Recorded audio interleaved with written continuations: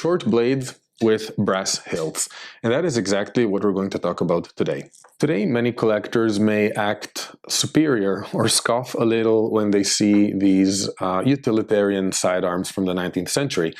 But while these are great weapons to begin a sword collection, they are far from being a beginner's sword, if that makes any sense. Let me explain that a little better.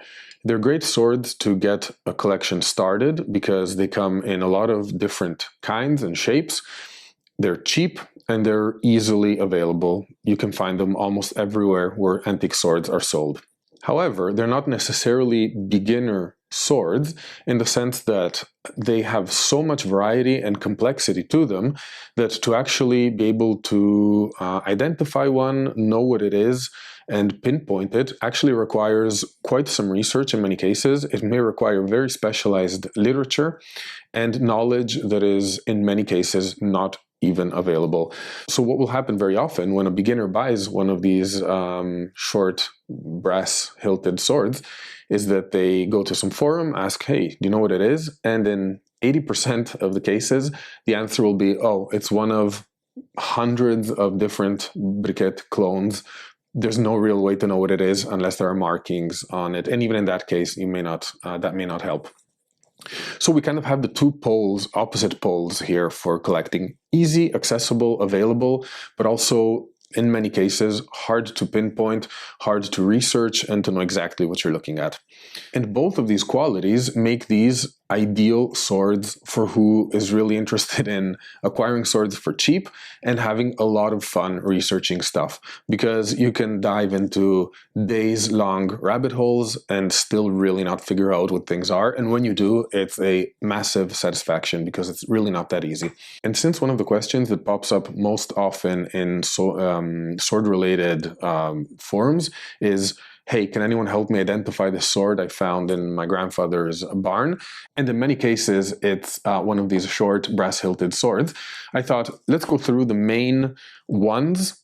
There are three main categories with huge amounts of variation, of course, but overall, there are kind of three main ones that pop up over and over. And if you know them, so if you watch this video, you'll be able to recognize them really easily. And let's begin by saying that while these swords ended up having a global kind of adoption, so you will find models of these that are European, you will find models of these that are American, North American, South American. They're really from a lot of different places. The kind of geographical origin of these swords is between France and Germany. And actually, if anything, they all kind of relate to a common-ish ancestor, which would be a mid-second half of the 18th century mass-produced, kind of an early briquet. Sometimes it's called like that. You'll see it on auctions. It has features that are similar to two of these swords that we're going to look at. So anyway, we're talking about swords that develop from the late 18th century into the early 19th century, and then are in use until, in many cases, the late 20th century too. So for example, the Briquet, which is this kind here, it was in use on the official uniform of the Italian Carabinieri, I think until the 70s or 80s, if I'm not mistaken. Obviously, ceremonial use, it wasn't used in service, but so these swords actually were used a lot. But their origin is kind of early 19th century-ish, around the Napoleonic Wars, and then moving into the first half of the 19th century is their heyday. And overall, we have three typologies. There are obviously more. There are brass-hilted short swords that were produced specifically in a certain country for a certain kind of unit that are quite different sometimes from the ones we're going to see now. But in terms of collecting and in terms of what you'll find on the global market, let's say, usually these three typologies are going to cover 90% of this kind of sword you see. In many cases, these were swords slash tools slash parts of uniform. They're a weapon, but not necessarily only or primarily a weapon.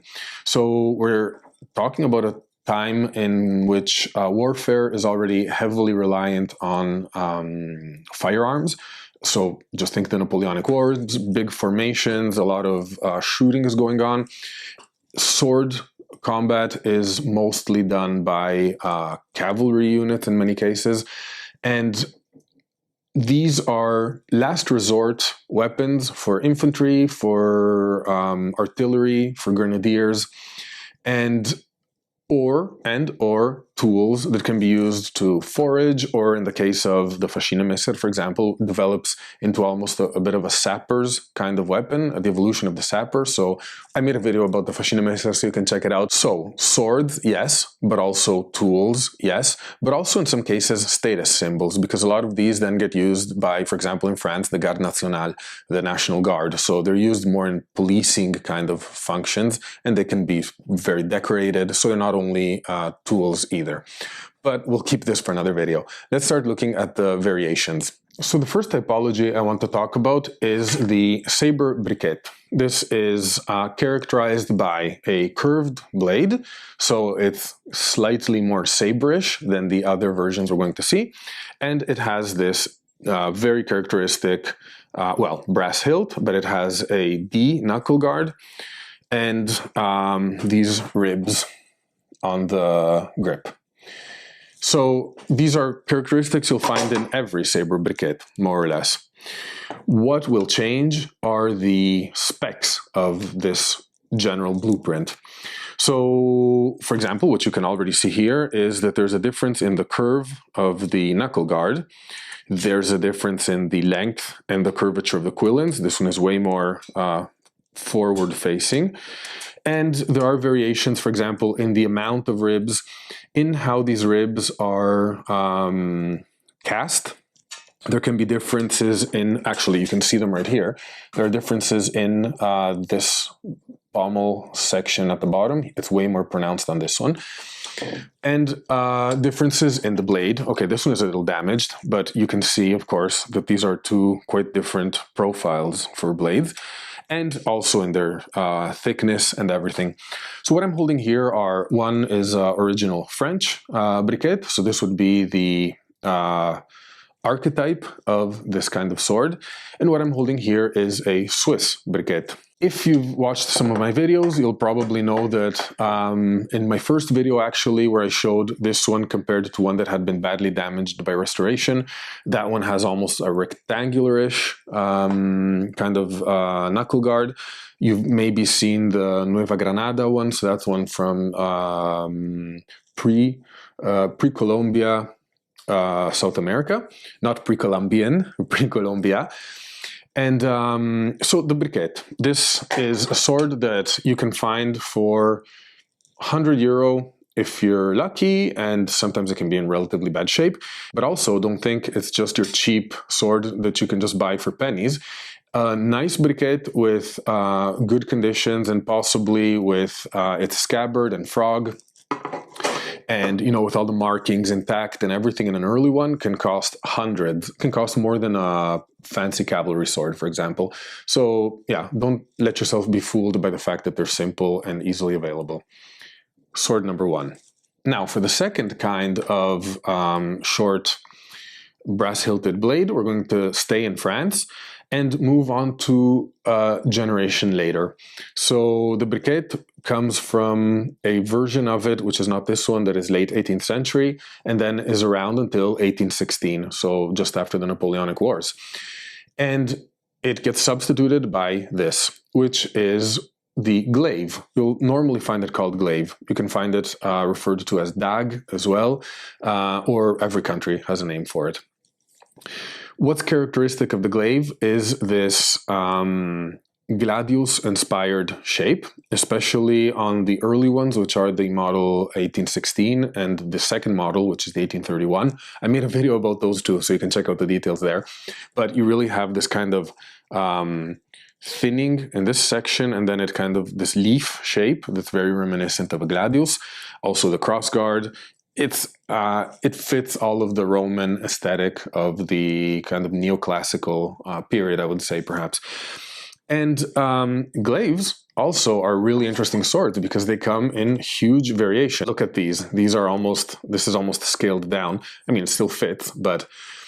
so again, glaives are these, this one is French specifically. This one, I don't know, because it has no markings.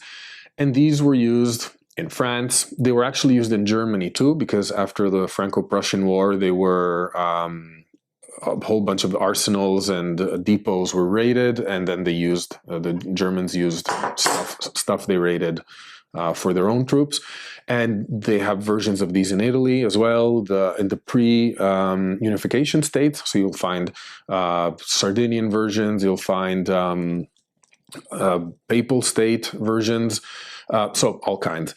And there are official like regulation models, and there are non-regulation models, custom ones. So there are videos about that as well. But the glaive, number 2. We move on to the third kind of sword, which is the Faschinemesser. And as you may hear from the name, this is not a French sword, it's a archetypically German sword. However, its origin does lie in the same sword as the pre-regulation Briquet.